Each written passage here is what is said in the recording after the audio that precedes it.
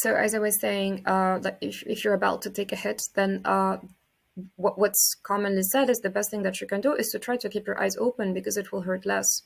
And I think this philosophy also applies to the type of mindset that you must have when you're trading or investing.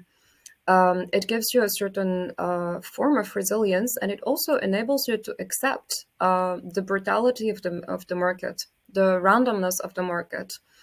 Um, I have a lot to say about this, but I feel that it would be best if I move on to the third and last point that I want to make about trading and investment psychology, which is randomness and random chaos. As I was doing research for this assignment, I came across a digest of the book that's called The Black Swan that Nassim Nicolas Taleb wrote.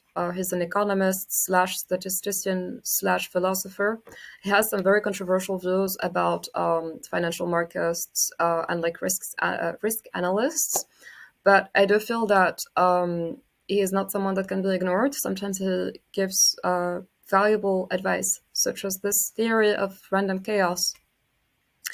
And basically, what he says is that like all the predictions that you make and all the forecasting that you make, uh, it is valid until a certain point, and then there is a point where life is very random. It's unexpected, and it can be very brutal, and you cannot control that. And historically and repeatedly, it has been proven.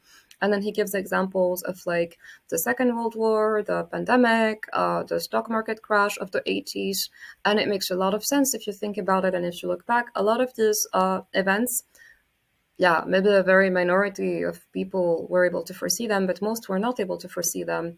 And so his advice based on this is for your mindset, build a mindset where as you're trading and as you're investing, you're preparing for this random act of chaos and brutality that's going to happen in the future, because it's best for you to be able to survive that as opposed to like not taking it into consideration and then be really impacted once it happens. He also gave an amazing example about to illustrate like this entire theory about a turkey a couple of days before Thanksgiving, and how for like 1,000 days, like the butcher is feeding the turkey, and then the turkey and like all the analysts around her, like are thinking and saying that, like, yeah, the butcher really loves turkeys and the butcher is really good for turkeys.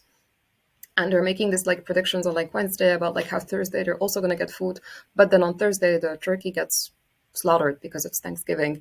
So I think this is like a really, I think it's a really powerful analogy as well. And it's something that I personally try, I would like for this to be part of like my trading philosophy.